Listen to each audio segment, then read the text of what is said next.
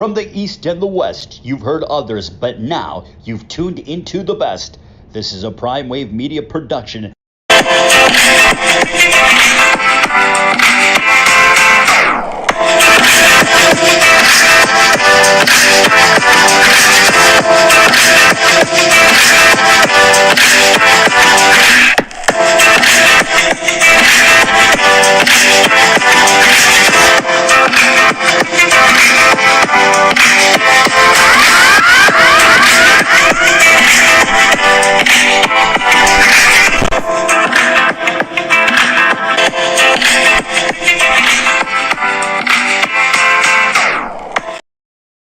What's up, world? It's the one and only Pop DBICB Primetime Capper. I'm feeling good. I'm feeling great. And it is time for the premier sports betting show, the Primetime Angles. And yeah, man, it's just a beautiful day out here in LA. And just trying to go ahead and just keep winning, baby. Just keep winning. We just came off of a nice little winner over here at my little side bay track, Presque Downs over in Erie, PA. We were able to get home a 8-5 favorite for the first of the day, Mongolian Mission. So, you know, the Mongolians, boy, I know them very, very, very, very, very, very well. So let's go ahead and jump into our first topic in hand, and that's going to be this. Last night, Ravens preseason win streak ends at 24. Sam Howell was very impressive last night, playing the whole first half. Sam Howell was a guy that I was pretty heavy on coming into the NFL, but, you know, we had a pretty, you know, we had one of the worst, I won't call it one of the worst drafts, but the 2022 draft did not feature quarterbacks heavily like that. It featured quarterbacks, but not first-round quarterbacks. And the one first-round quarterback they had was Kenny Pickett, but it was between Kenny Pickett and Sam Howell. At one moment, Sam Howell was considered possibly the top 5 number one quarterback off the board. But because he had such a, so-so season senior year, he decided to stay an extra year, which probably messed him up because now the evaluators, the scouts can really break you down and really get to the gist of exactly who you are. Same thing happened to Matt Barkley. The same exact thing happened to Matt Barkley. Matt Barkley, if he would have left his early in his college career, if he would have left his junior year at USC, he was going to be the number one pick in the draft. He wound up not doing that. So what happened is that when he got drafted, he wound up getting picked in the 3rd, 4th round by Buffalo. And he's became a very serviceable backup, but that's truly what he was going to be. That's what it's going to be at the end of the day. So that's why, it's not that bad of an assessment when it comes to Matt Barkley. But Sam Howell now is getting the opportunity because he was drafted by a team that needed a quarterback. That's why everything is working out correctly for the Commanders when it comes to this player, because it didn't matter what round they drafted him in. They drafted him to be possibly their quarterback of the future or be the bridge to their next quarterback. And I think that he's given the Commanders enough confidence in him to become one of the best quarterbacks in the league. I'm not saying he's going to be one of the best quarterbacks in the league, but he was one of the best quarterbacks in college football. And he seemed to make all the right decisions that you're supposed to make on Sundays. And I used to always really enjoy watching Howell play. I just felt that it was too much pressure on him at a school that you can't ask to be great at football. They're a basketball school. North Carolina, yeah, they play football pretty good, but they're middling when it comes to football. That's their whole history. That's their tradition, And Sam Howell was great last night. Yeah, went 19 of 25, 188 yards, 2 touchdowns. That's a hell of a performance for a first half of play. And 76% completion rate, 123.4 QBR as well too last night. So he got comfortable, and he got really comfortable with Jahan Dotson last night, who was very key. He had himself 5 catches last night, and we all know that he was a guy that was coming up there at the end of the year last year for the Commanders. But the Ravens dropped their preseason game here for the first time in I think almost a decade. 24 straight wins, so that would make it probably be, and they just started doing 3 games. So I would say that it was about a 7, 8, 9 year run of them not losing in the preseason, but nobody cared about it until this year. Nobody even mentioned it. Nobody was, Ravens are, because nobody cares about preseason that much. But the Ravens became so significant with this because they helped a lot of bettors make money over the years where they became a guaranteed lock for your money line play. You know what I mean? So I felt last week that the Ravens would win last week, but when they got to this matchup with the Commanders, a team that they were, going back and forth with at training camp last week and everything like that, they will probably get upended in this situation because, pretty much now we're all talking about the Ravens streak. And usually when you start talking about things, that's when it ends. So great game last night. Great momentum moving forward for the season as well too. Got everybody really anticipating what I see as a wide open season. Me and Jeff were talking about the season every Friday with our previews for the NFL Bet Exchange. So you guys make sure to tune in noon Friday for our show when we go ahead and cover the AFC and NFC South. And you guys can also go to my page, Prime Wave Media, the YouTube page here, and all the AFC North, NFC North, AFC East, NFC East teams are up, and the previews for those teams as well too. So make sure you guys get on over there, view it up, share it with everybody that you possibly can, and we move from there. But the NFL, we are moving, baby. We are moving in the right direction. So let's go ahead and jump into another topic in the NFL, and this has to do with the Dolphins. The Dolphins showing interest. Dolphins interested in Johnathon Taylor trade. Will they give up a premium package to do so? My biggest question for the Dolphins is this. Are you really willing to risk the future to go ahead and get a running back that possibly could be the difference in your team being a good team and a great team this season? Will you really go ahead and step up your game and go after the player that you feel could be the X factor for your team, the brand new star of your team? I think that at the end of the day, Miami is doing their due diligence. Okay, Miami is looking for that bell cow running back. They're looking for a guy who's going to be very serviceable for them. But at the same time, too, they got a nice little running back room over there. They might not have the biggest names in the league, but they're guys that are very adequate and very substantial at what they do. And I know that's exactly what their coach is thinking at this point.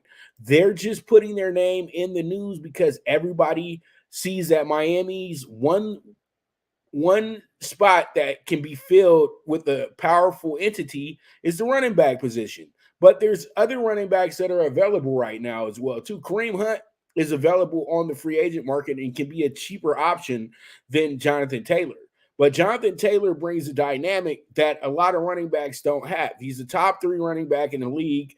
He's a guy that can literally take over games. And when you can have a running back take over games, that means that you can shoot clock. And Miami wants to be a team that keeps the other offense off the field as long as possible.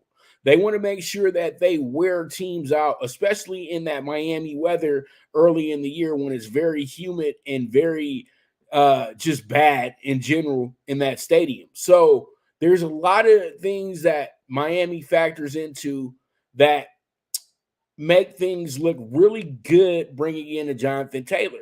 But at the same time, too, you don't want to give up too much your real estate. Do you have a player that is a guy that can be a sacrificial lamb for this trade? Do you have the real goal to say, okay, we'll give up a first round pick again? This will be like the 3rd time doing this in the last 5 years, giving up the first pick. But they've been able to gain back picks as well, too, with the trades that they've made with players that just didn't work out. So with their issues going on with, tampering and things like that, losing picks, things of that nature, they're going to have to really explore, would this be a move that will win us a Super Bowl? It's not a move that we make to win us 3 more extra games. It's a move that we make to win the Super Bowl. And if this player can produce a Super Bowl for this roster right here, why not make the deal happen? But when you really look at it at the end of the day, they know that there still would be a big dog to win the Super Bowl. Regardless of how their standing is in their division, winning the overall conference, Miami, even with Johnathon Taylor, they would only become like the 4th best team in the AFC. But that would be pretty good because they have a great defense to back that offense up. So there's a lot of things that are in the mix for Miami. And Miami is just trying to put themselves back on Front Street on being one of the more relevant teams in the NFL. Because when the Miami Dolphins are good, the NFL is good.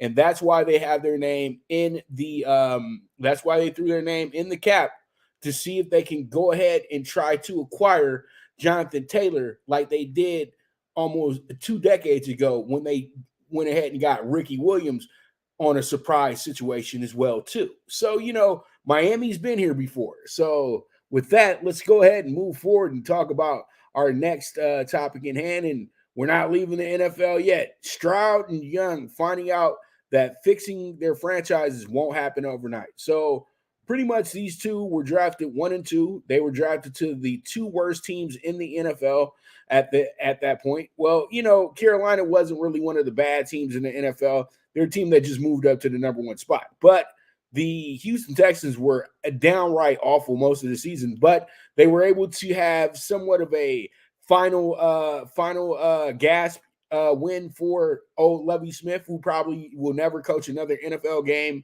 in his life.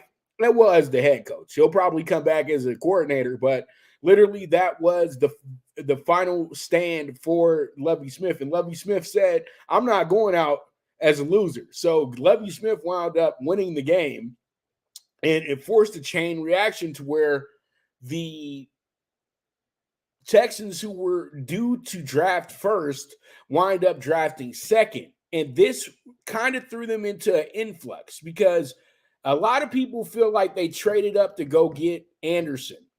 No.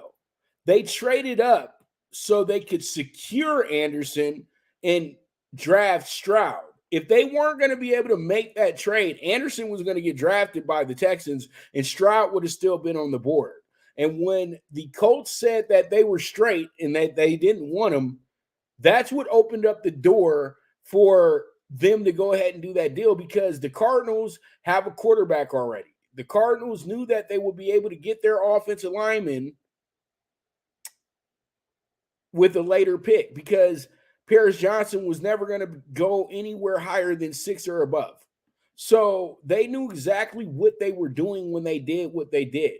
So the Texans kind of got tricked into making this deal happen with Arizona and giving up a lot of future real estate with the idea that this will put their team in a better position moving forward and get them back to the playoffs much quicker than, say, a 3-year rebuild. It turns into more of a 2-year rebuild because you have the cornerstone of your defense, you have the cornerstone of your offense. That's the mentality that the Texans are coming with.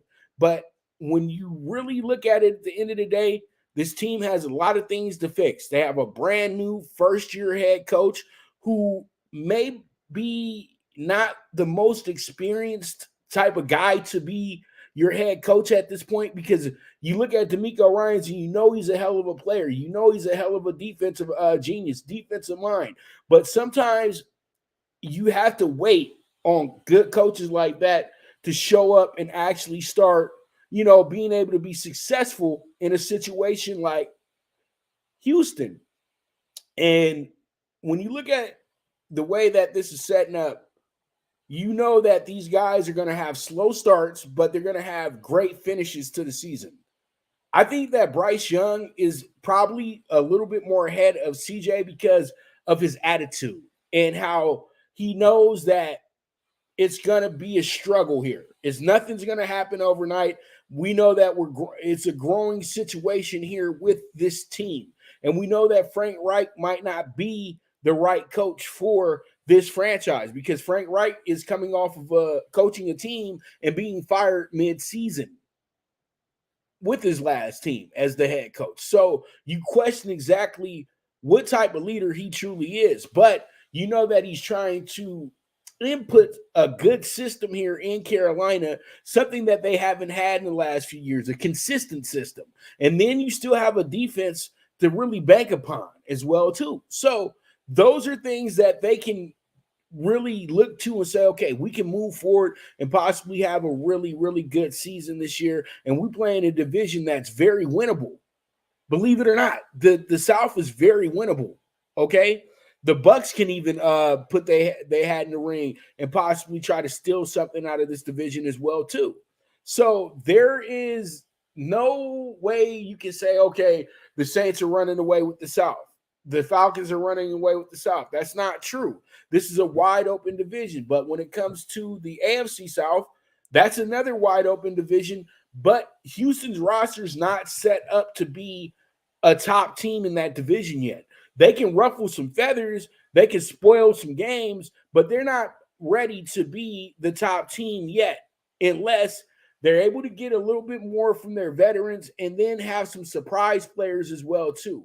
I truly do feel that CJ Stroud feels very entitled to being an NFL starter and that even with mistakes that the coach ain't going to bench him. But that's not true. We're not at Ohio State anymore. And in his biggest games, he had his biggest mistakes. And I feel like your biggest game in college is the NFL every week because the matchups change, but you're playing against the best of the best. And so we really need to see exactly who CJ Stroud is week in and week out. Bryce has already shown us what he's capable of doing at the highest level. CJ Stroud, on the other hand, hasn't showed us what he can do at the highest level. Yeah, he had a great game against Georgia, who's an NFL-type defense. But you look back and you say to yourself, what happens when you play in a game against a team like Michigan's defense? And you're going to run into about 7 of those this year. So what are you going to do, kiddo? That's the biggest question. So for all the folks that thought that these two were going to be Madden creative players and that their teams were going to be division champions the first season in, well, the reality is set in, and the NFL is a tough league. That's all I got to say. So with that, we're going to switch gears up a little bit before we go to our first commercial break. And where we're going to go with this, we're going to go into talking about some boxing. We got Ugas-Barrios will be added to Canelo Charlo for a WBC Eliminator. So, on August 30th, we do have, not August 30th, but on September 30th, we have Canelo and Charlo, and that's going to be Jermell Charlo as well, too. Going head up in undisputed versus undisputed. Charlo is the undisputed 154 super welterweight champ, junior middleweight champ, while Canelo is the 168 super middleweight champ. So this should be a very, very fun fight.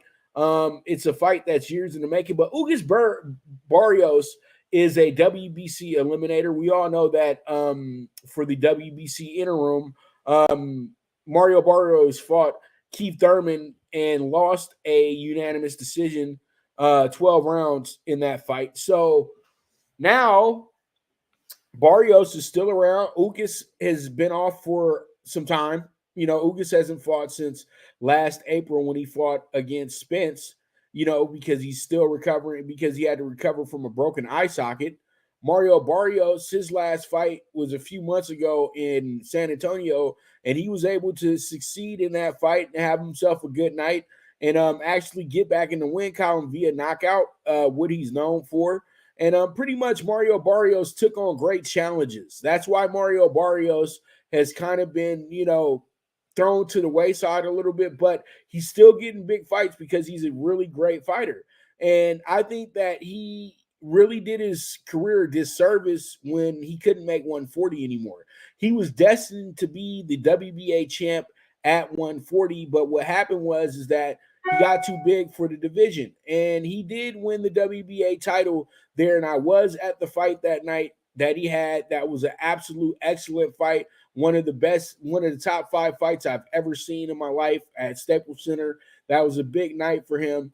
Also, watching him beat Carl in San Antonio as well. But you know what? This guy is amazing because he took on challenges that he didn't need to. He took on Tank Davis for his 140 belt, and there were a lot of stipulations and things that were put into play that he never complained about, and it gave him the platform to fight in a big, big, big fight. And that was in Atlanta. It was on pay-per-view. It was a sellout. It was a big, big viral moment as well, too. He did get knocked out in the fight, but at the end of the day, he was very, very good in this fight, and he didn't do anything that said that he couldn't be a guy that could still keep winning championships. In reality, he was actually up on a few scorecards as well, too. So, Mario Barrios is a very tough fighter, and I felt like he gave Keith Thurman a very good scrap for a guy returning to the ring after a few years, because in reality, the injuries and the excuses that Keith Thurman had, honestly, Barrios should have cooked him, but he didn't. You know what I mean? But he still was able to be very formidable in the fight as well. So that looks really good for Barrios, and I tend to favor him going into this fight because he's been more active. Ugas has been paid. Ugas got big money in the Pacquiao fight. He got big money in the Spence fight. And you know what? Guys like him, they've achieved everything that they needed to achieve in boxing, but they're just doing it for the love of the sport now. You know what I mean? They're doing it because this is all they know how to do. This is the one thing that you know how to do. You have to understand, Urdinas is a Cuban immigrant, okay? And he trained, practiced, trained and practiced boxing his whole life, okay? And this is all he truly knows. This is what he loves. And you know what? In reality, after that injury, you would pretty much retire from the sport. But with him, there is no retirement from the sport. He wants to get back to winning titles again. And it starts with fighting Mario Barrios on the 30th of September. So this is going to be a fight that is truly set up to be one of those fights that really determine the future of one of these great pugilists, And I truly do feel that Mario Barrios will have his big redemption moment in this fight against Ugas, who's a guy that's pretty easy to hit, but Ugas is a very, very technical fighter, and he's a guy that will get into firefights with you, and he tries to win those firefights every time as well, too. And that's what really gives him the edge a lot of times in the fights that he does have, especially when he fought Sean Porter right in front of me, and I had him winning 116, 112, but he wound up losing that night. Everybody knows. So, pretty much this is a great fight. I look forward to it. I think that all of us will be very entertained, and this is the right type of co-main event for the Canelo Charlo fight as well, too. You got two well-known fighters going at it, and they're fighting for a WBC Eliminator as well, too. So with that, we're going to go ahead and take our first commercial break. And when I get back, we're going to go ahead and jump into some Blue Crew Daily. So with that, this is the premier sports betting show, the Primetime Angles, with the one and only Pop DiBiase, the Primetime Capper. Good News Only Racing Club, led by the legendary Doug O'Neill, the trainer of 2 Kentucky Derby winners, and I'll have another, and Nyquist. Also trained 2-time Breeders' Cup champ Golden Sense, who are just a part of a long list of thoroughbred champions trained by Doug O'Neill. The Good News Only Racing Club has a young core of horses to look out for in Dennis's Celery, Irish Heatwave, and Notre Dame, just to name a few. Win the day every day with the Good News Only Racing Club, a proud sponsor of the NFL Bet Exchange. From the East and the West, you've heard others, but now you've tuned into the best. This is a Prime Wave Media production.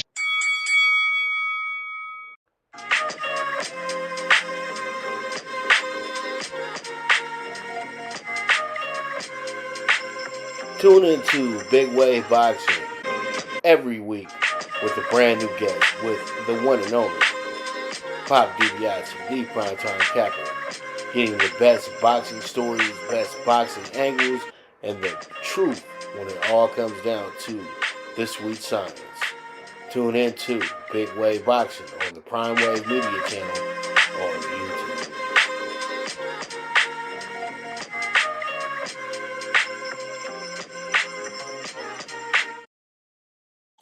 All right, so let's go ahead and jump back into it. This is the premier sports betting show, the Primetime Angles. I'm your host, the one and only Pop DiBiase, the Primetime Capper. So let's go ahead and jump into what we got going on with the Blue Crew and Blue Crew Daily. Dodgers start 6 games road trip in Cleveland tonight.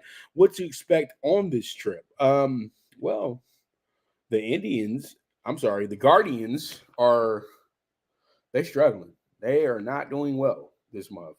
I say this because it seems like they were very close to taking over first place in the Central.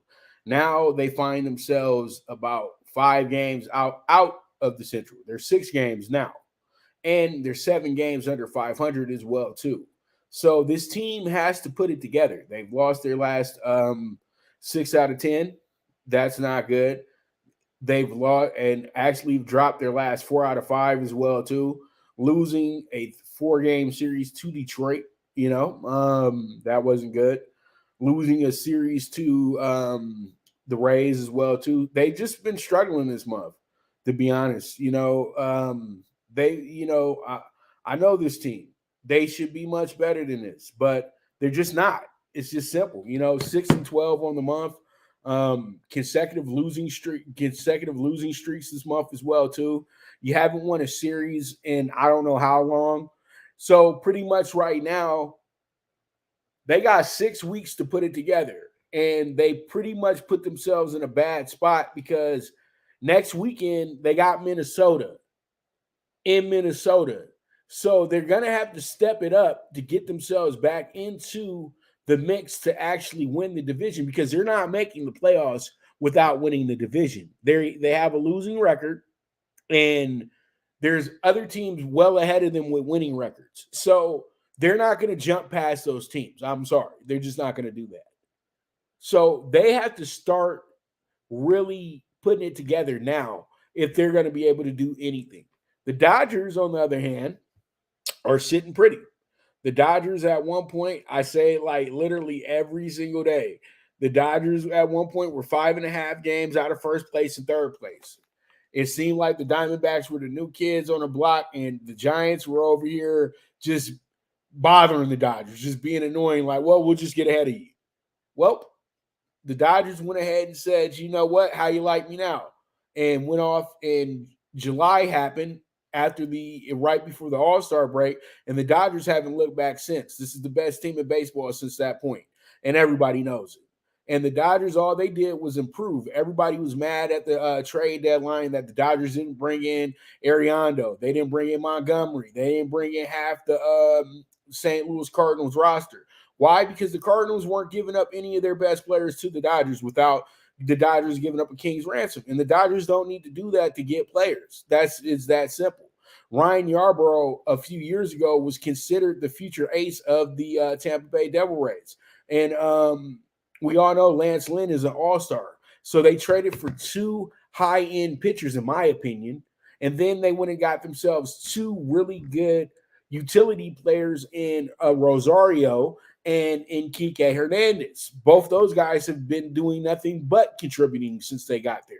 So there's a lot of things working out in the Dodgers' favor that has them clicking on all cylinders. But they know that this is not what they're playing for. They're playing for the World Series. They're playing for a World Championship, and they know how tough it is to get to that World Championship Series in itself. So they have to keep grinding, keep going about it. You don't have to win every game, but try to win every series as a way to prove to yourself that you're going to be able to win when it matters the most, and that's in October. And right now, when you look at the matchup tonight, you got Noah Syndergaard back on the mound. You know where he started the season at with the Dodgers in LA, but that did not work out. The Dodgers moved on. They traded him to Cleveland for Rosario, as I said before. And really what happened was he got bumped out the rotation by the young man that he's pitching against tonight, Bobby Miller, who's 7-2 on the season, 3.70 ERA. He's been absolutely magnificent this year, and he struck out 70 this year. And he's also been so good in his last 5 games as well, too. He had a game where he struck out 7, the next game 6, then 6 again, and then he struck out 4, then he struck out 1. But just the idea how good he's been in those last 5 games, and he's only got 1 win in the process. He hasn't lost at all, but he's only gotten 1 win in the process of that situation as well, too. But he's starting to show that he can be an ace of the future, not an ace of next year, but 5 years down the road, Bobby Miller will probably be the top pitcher for the Dodgers. And he's learning from the absolute best. You got Julio Urias in there. You got Clay Kershaw in there. You got Walker Buehler in there. You got so many good pitchers in there that can help you. And then Mark Pryor, the messiah of all pitchers. So the Dodgers got a lot of good things going. And I would say this series right here is one that the Dodgers can absolutely afford to lose. Okay? How about that? That means that don't put too much pressure on yourself here in Cleveland, because really all the pressure is on the Guardians right now. And the team with more pressure is the team that's going to be more nervous. The Dodgers, no pressure. Just go in there, do what you do best, and try to win the series. But we're not demanding that you do. It's just that simple, because the Dodgers are sitting pretty right now. 17.5 in front of the Padres. 13 in front of the Diamondbacks, and now find themselves 9 games in front of the Giants. So there it is. There it is. All right, let's go ahead and talk about our MLB Tuesday night. And we got MLB Tuesday night and pretty good games. We got a full schedule tonight. Interleague matchups, divisional matchups, very good. Interdivision matchups as well too. Interdivision means same league but different divisions. So pretty much up first we have a divisional matchup, and that's going to be between the Blue Jays and the Orioles. And the Blue Jays and Orioles, it seems like they've been on this screen a lot this year, because we did not figure in that these will be the top teams in the East this year, and not the Red Sox and the Yankees. It's just absolutely tremendous. And you have a Toronto team that's now 8.5 games behind Baltimore. But they're still in playoff position right now, even though they're sitting a game behind Seattle at this point.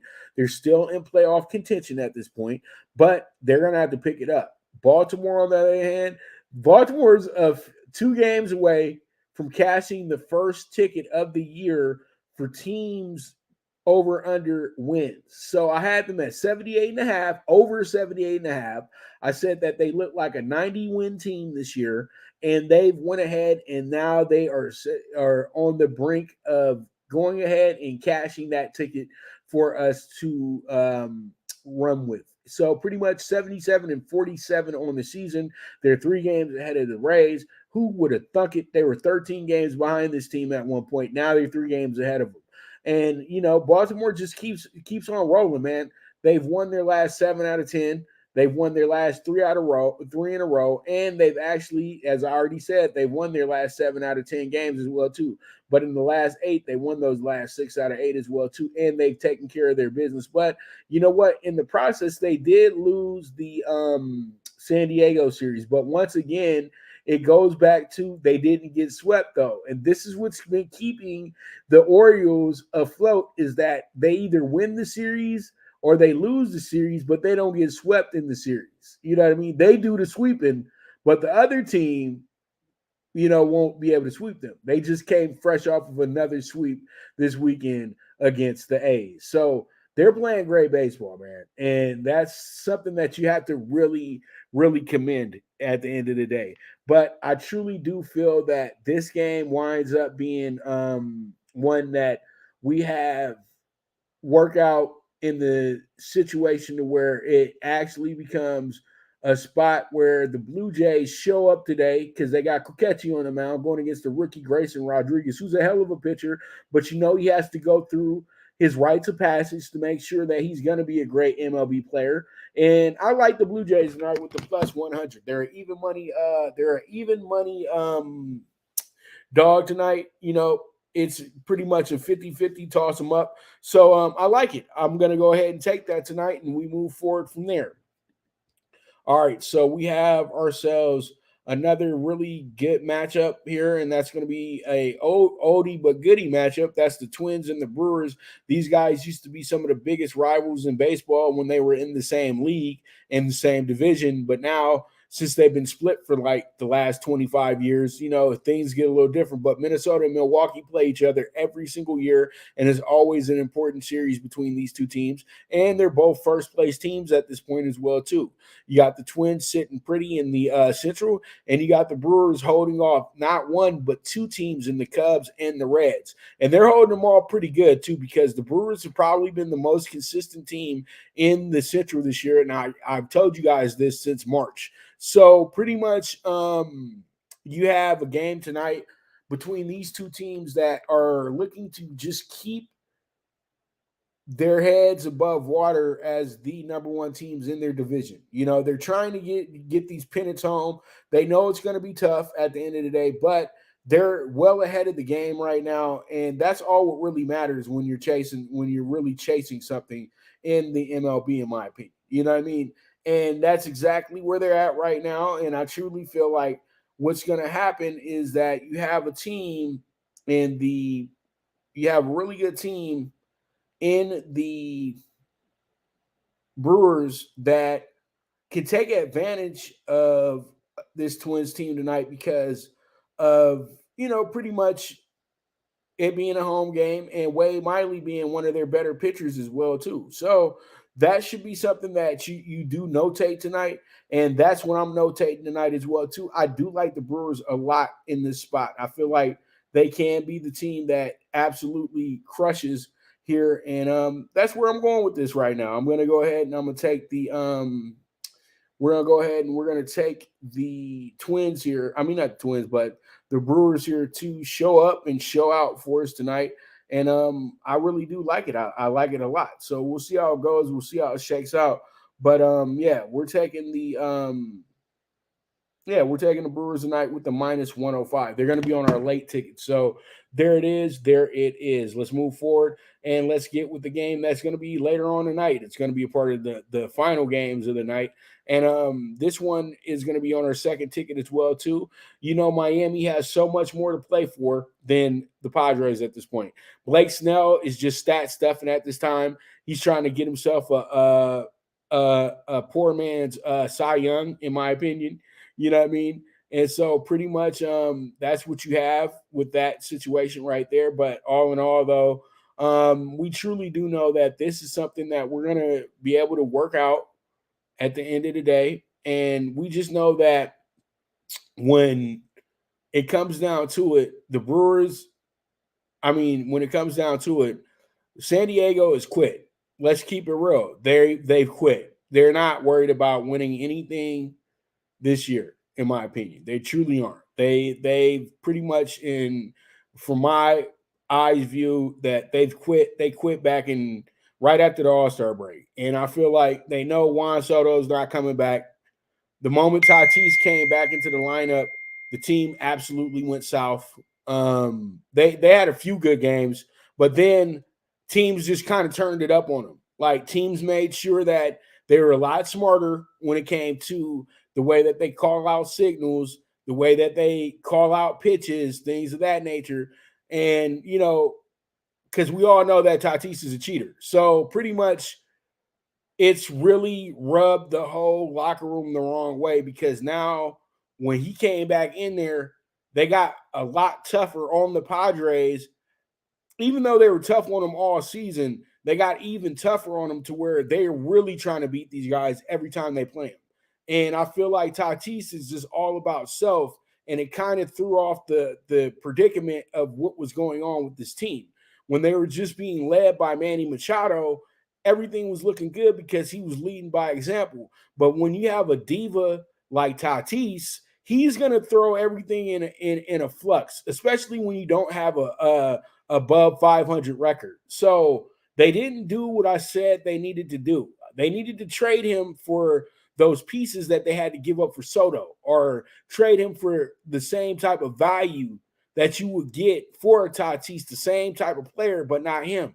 But we all know he's possibly became one of the more untradeable players in all of baseball, because you don't know if the guy is really doing the game the right way, playing the game the right way. You know what I mean? At the end of the day. So pretty much you're taking a big risk in bringing in a guy like that. So tonight, I like the Marlins, because the Marlins got to keep winning games because they've been pushed out of the playoff picture. And now they're a half game out, but they got to keep winning. And tonight is a good game for them to sneak up on a team that doesn't care anymore. It's hard to take the Padres as a big favorite because they just don't care anymore. Let's keep it real. So with that, we're going to go ahead and take our final commercial break. And when I get back, we're going to go ahead and we're going to talk those tickets. So you guys make sure to stay tuned to the premier sports betting show, the Primetime Angles, with the one and only Pop DiBiase, the Primetime Capper. And I'll be right back at you. Now you and your friends can compete in the sport of kings and win big with Stable Duel. Get the app, pick your horses, and get in on the thrill of horse racing with daily games competing against other players. Bring home the glory and the cash, and move up the annual leaderboard while you leave your competition in the dust. Get in the game with Stable Duel. Play, race, win. Good News Only Racing Club, led by the legendary Doug O'Neill, the trainer of 2 Kentucky Derby winners and I'll Have Another and Nyquist. Also trained 2-time Breeders' Cup champ Golden Sense, who are just a part of a long list of thoroughbred champions trained by Doug O'Neill. The Good News Only Racing Club has a young core of horses to look out for in Dennis's Celery, Irish Heatwave, and Notre Dame, just to name a few. Win the day every day with the Good News Only Racing Club, a proud sponsor of the NFL Bet Exchange. We are. Let's go ahead and jump into it, man. Talking tickets, your favorite subject, my favorite subject, and man, let's just go ahead and break it on down. All right. So first, the WNBA tonight. We got 4 games in the WNBA, 17-1 ticket for you guys. We got the Sun playing against the Mystics tonight. I like the Sun here. I think the Sun should be able to win this game by 5 or better. I decided not to overpay for the money line here because I trust that these girls are able to win this game by 5 or more points tonight. But I always know that these are the tougher ones to actually get, because usually when you have a spread like this and you are the road team, it usually favors the team that's at home. But the Mystics have not been playing good basketball lately to me, and I feel like the Sun are a team that's actually making their big move right now as they get into the playoff hunt and everything like that. So pretty much the Sun are playing for a better day, and I know that they need this game tonight to keep their momentum going. So I like them with the 3.5 tonight. You got the Vegas Aces, a team that's very kind of over it a little bit. You just got to get these girls to the playoffs already because they've dominated the regular season. They just lost the Commissioner's Cup as well, too. So that's something that, a lot of people probably didn't see coming. But, hey, it happens because they've had such a great season of all success. And then when they don't have all their pieces in place, then that kind of hinders the team just a little bit. But right now, I feel like they're playing coasting basketball. That means that they're just showing up, and if they win, cool. If they don't, cool, because they're playing for a bigger purpose than just winning regular season games. But still, that doesn't mean they won't figure out a way to win this game tonight, but just not by 16.5 points. I like the dream here. They're at home as well too. Yeah, anytime I ever see a home team with the 10 or better spread as a dog, I got to take them because you never know what's going to happen in games like that. And then you got the Storm in their spot tonight. The Storm have themselves a pretty good game. I like them as our WNBA dog of the day with the plus 160 as well, too. That should be a good one. And then we also have the Wings and the Lynx. This should be another really good game tonight. And I do like the way that this matchup sets up. I couldn't pick a winner here, so I'm going to go with the scoreboard watching, and I'm going to take the under 169 here.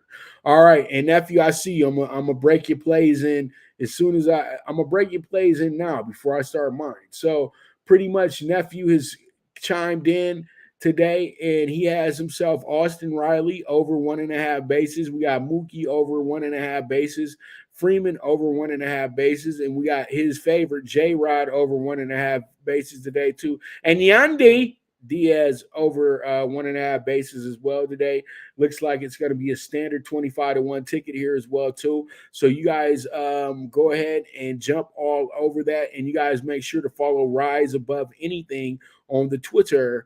And he'll get you right, man. He'll have, because he has all the prop plays and all that good stuff for you. I got a lot of prop plays and stuff too, but sometimes it's good to let others get the spotlight as well too. So you guys check him on out. I know he's not doing it like on the level that I'm trying to do, that I do it at, but I know that he is putting out some winners. So I know a lot of you guys love props. So there you go. And I want to make sure that I do put that out there for them, because we do talk about it on a daily basis. So let's move forward and talk about the baseball for tonight. We got a 50-1 ticket. I got the Cubs minus 125 tonight to kick off this ticket. We got the Giants and the Phillies over 9. We know that Walker is one of their pitchers that gets hit a lot. Then we have the under 10 with the Cards and the Pirates tonight as well too. That should be a really, really good game as well. We got Wainwright on the mound for that one. So, and Oviedo. So I think that we'll get something good out of that as well. We got the Mets and the Braves tonight. Yesterday, the Mets absolutely popped the Braves. Yesterday, we had them with the same bet, but it was for my clients. So we got the plus 1.5 again tonight for you guys.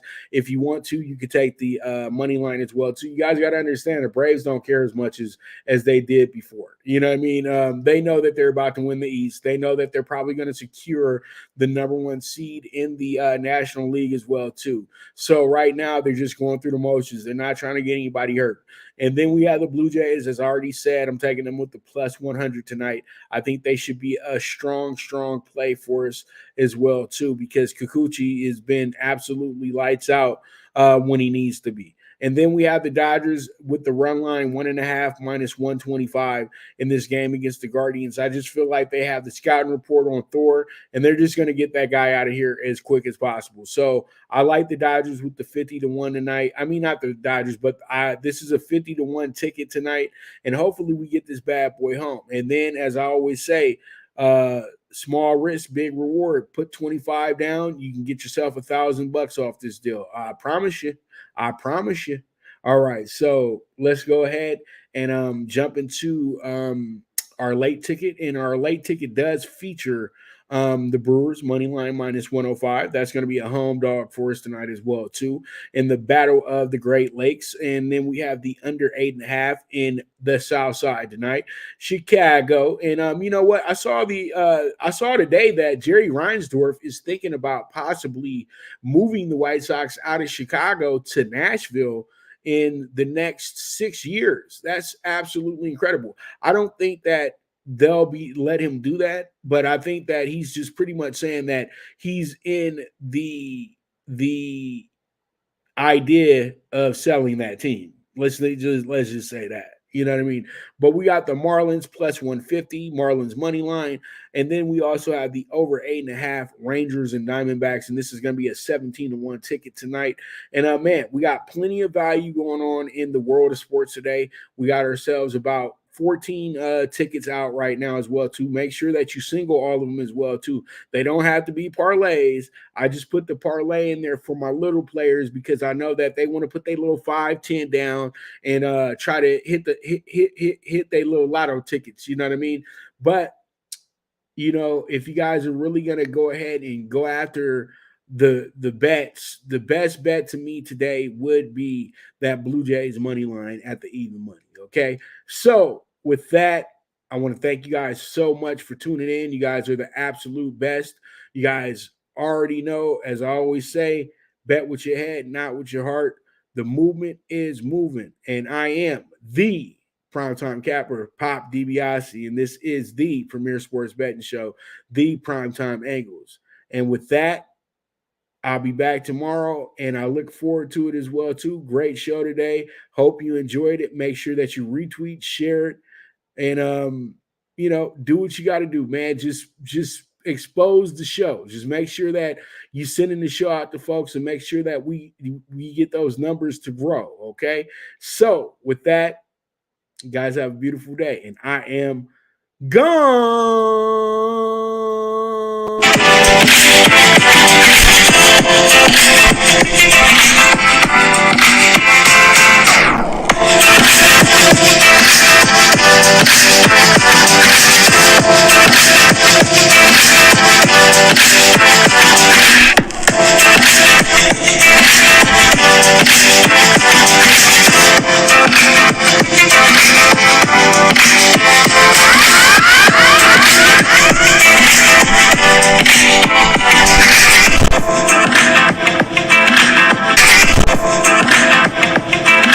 From the East and the West, you've heard others, but now you've tuned into the best. This is a Prime Wave Media production.